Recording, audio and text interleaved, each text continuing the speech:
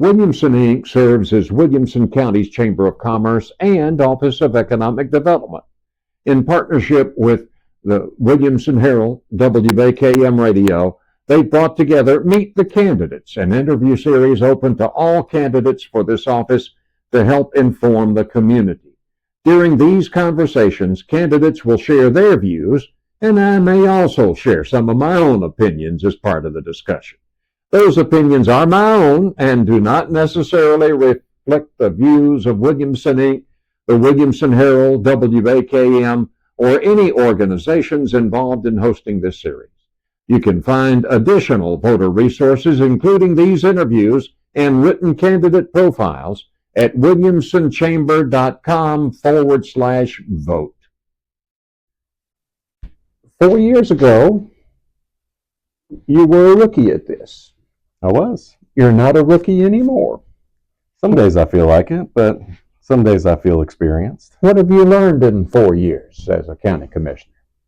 Well, I'd say a lot of my first tasks were to do a lot of listening and observing. I probably spent my whole first year just listening to constituents, listening to current county commissioners, and learning how the county commission works and how you actually get things done in local government. There was a learning curve there. So I spent a lot of time just trying to figure out, how do you actually get things done as a county commissioner? And I think that has paid off for me.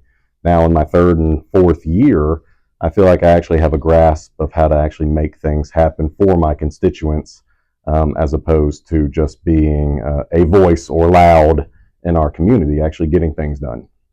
Where is the 12th district?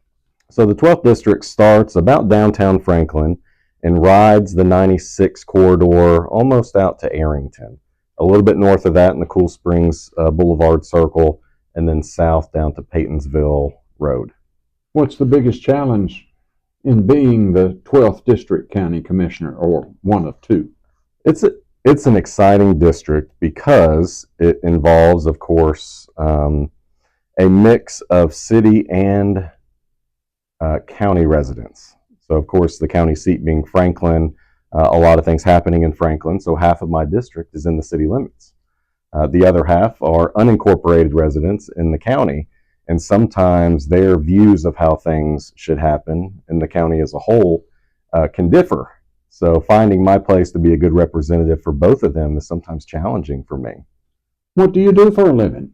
So I'm the Deputy Commissioner of the Department of Environment and Conservation, Deputy Commissioner over the Bureau of Conservation, which includes Tennessee State Parks, State Natural Areas, Archaeology, and the Office of Outdoor Recreation. So I get all the outdoors and conservation work for the state of Tennessee.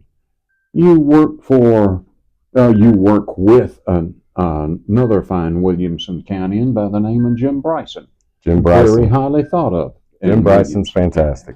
Yes. He's a commissioner of what? Finance and Administration? He's the commissioner of the Department of Finance and Administration and part of the governor's senior staff.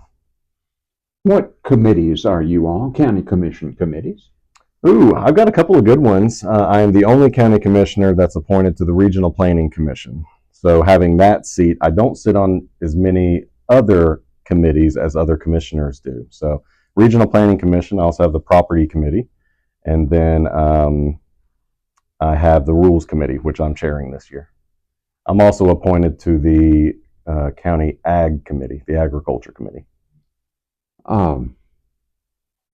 What's your favorite part of being a county commissioner, and what's your most unfavorite part? My favorite part is finding those ways to really serve my constituents. You know, we go through the motions a lot as county commissioners. We go to the meetings, we go to committee, but it's really nice when you can find something that you're doing for your constituents, even if it's one person, something that you can do to make their life a little bit better. And that's really a lot of the reason why I got into this, finding some place locally here to serve to make our community better. And if I can do it one person at a time, that's great. If I can do it for a number of people, even better. Commissioner, I am so old, I can remember when the Democrats had the supermajority. That was a while ago.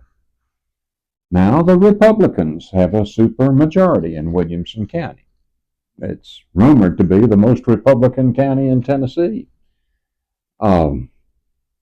the Republican Party comes in different flavors. Do county commissioners come in different flavors? Are there groups on the county commission? I would say there's circles within the county commission, be it whatever issue is happening for us to discuss. There will be a group in support, a group in opposition.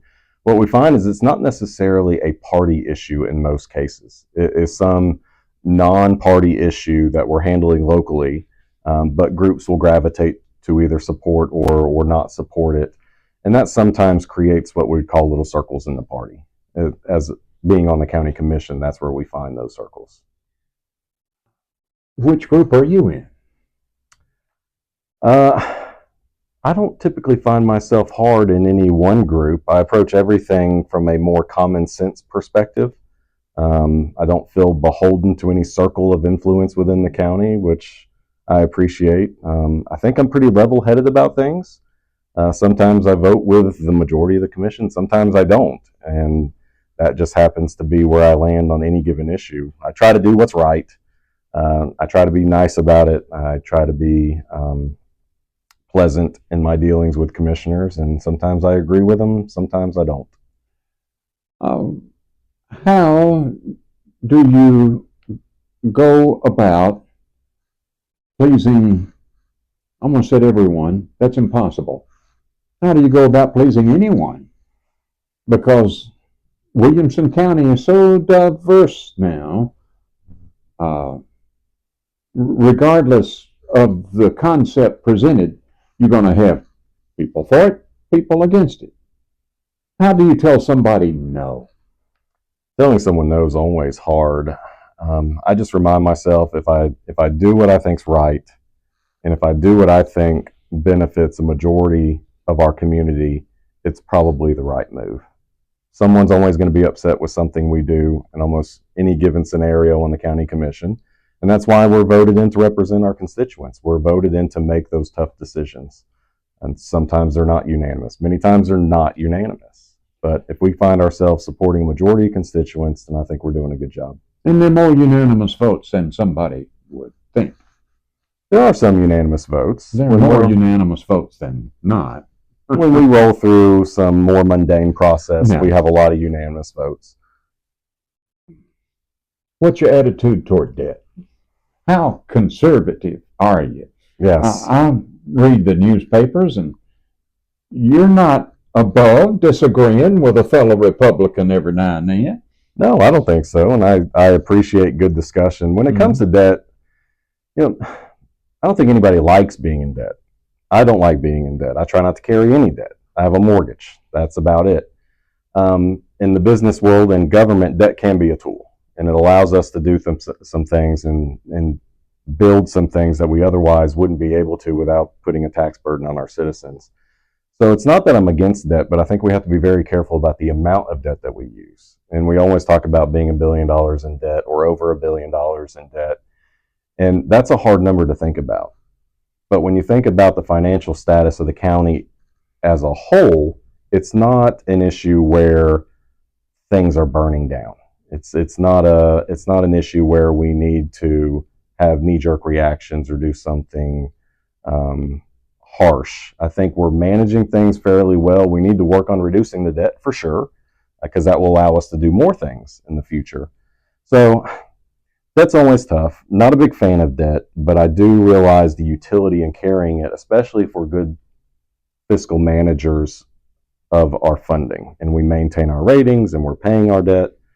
So there are tools. It becomes a tool, but we need to be careful about it. How do you reduce debt?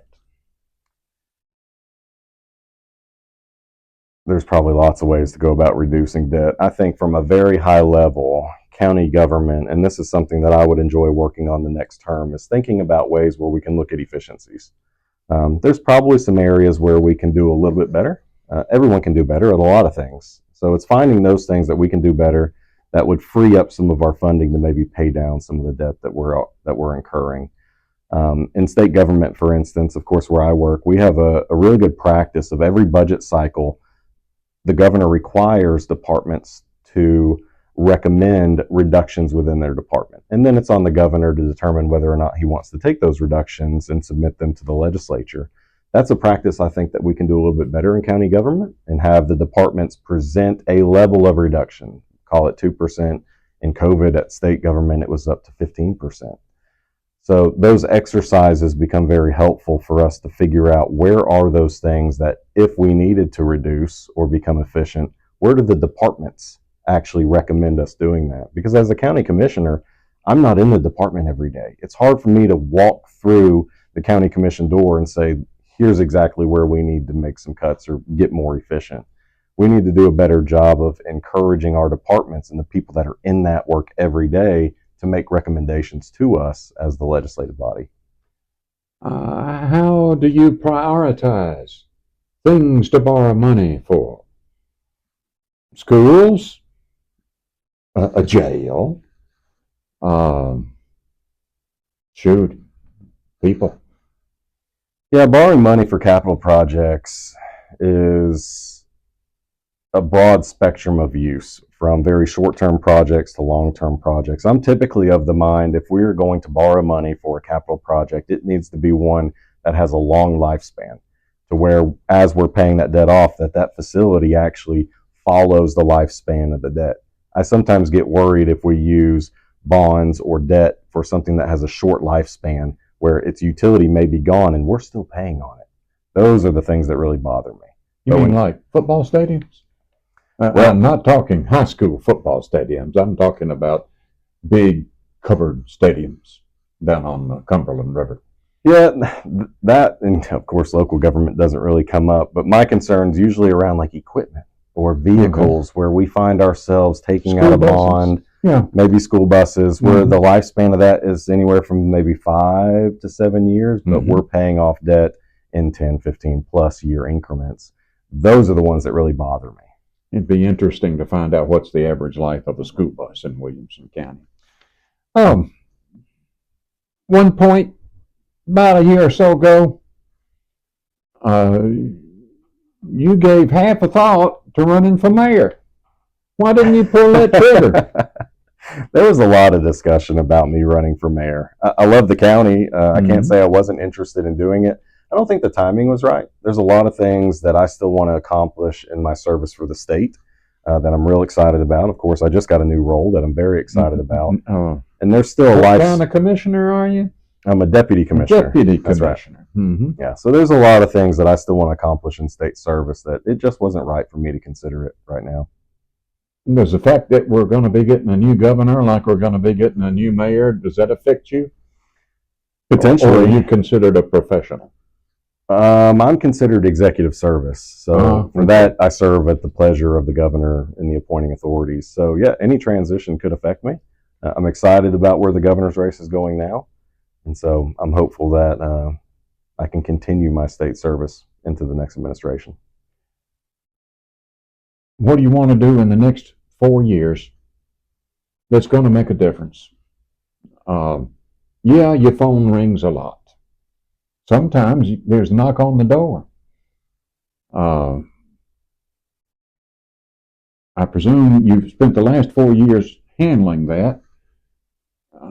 How do you make a difference in some poor constituent's life? And most of your constituents got a pretty good life. So they won't run against you in 4 years. Well, I'm not worried about people running against me. I think that's a good thing for us to have that sort of competition amongst our elected officials to make sure the right people are serving. So I am contested this election cycle, and I think that's an opportunity for the voters to decide who they want to represent them. So I am thankful for that.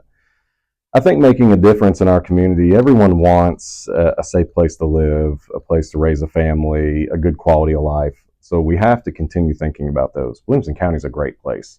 This place is not burning down. There's no major changes that we need to go about, no ripping off the Band-Aid, so to speak, in any given part of our lives in Williamson County. But I do think we need to continue working to make a safe community, so investing in our sheriff's department is a good place to do that. Making sure that our schools remain top tier across the state so that every kid has a chance to succeed. Making sure that we bring the right jobs to our community. My wife always says that we're going to follow our kids wherever they go. So I think part of my job is to make this place so good. She's been saying that for 4 years. She's been saying that for a long time. And so if we can make this place so good with good career opportunities that our kids have the choice and ability to stay, that's my long-term vision. All right. We're out of time. Did that hurt at all? No, this was great. Thank you. Thank you.